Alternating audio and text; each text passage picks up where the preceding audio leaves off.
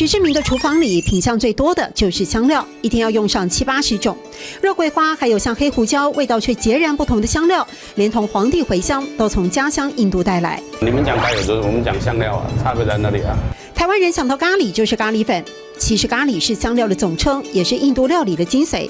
抹在鸡腿和鸡胸肉块上，腌1整天后，放进特制的窑里烤，就是招牌的坦都鸡腿。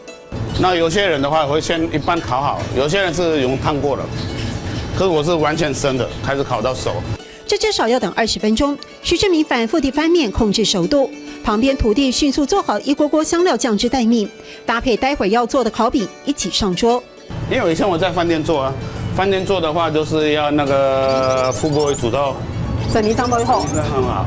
哦，服务要周到，生意才会好。这边的烤饼会比印度好吃，客人点我们再做。那印度的话都做好的放在旁边。已经来到台湾22年的徐志明，努力要让印度料理打响名号。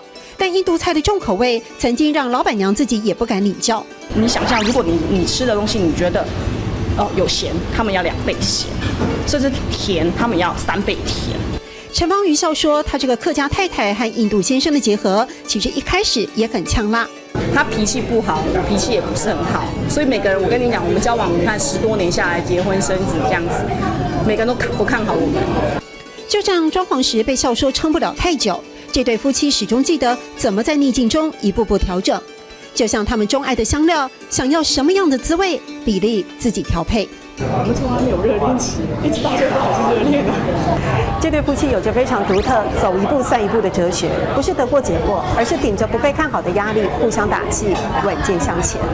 夫婦愛做多，十年爭杯好。夫婦愛做多，十年爭杯好。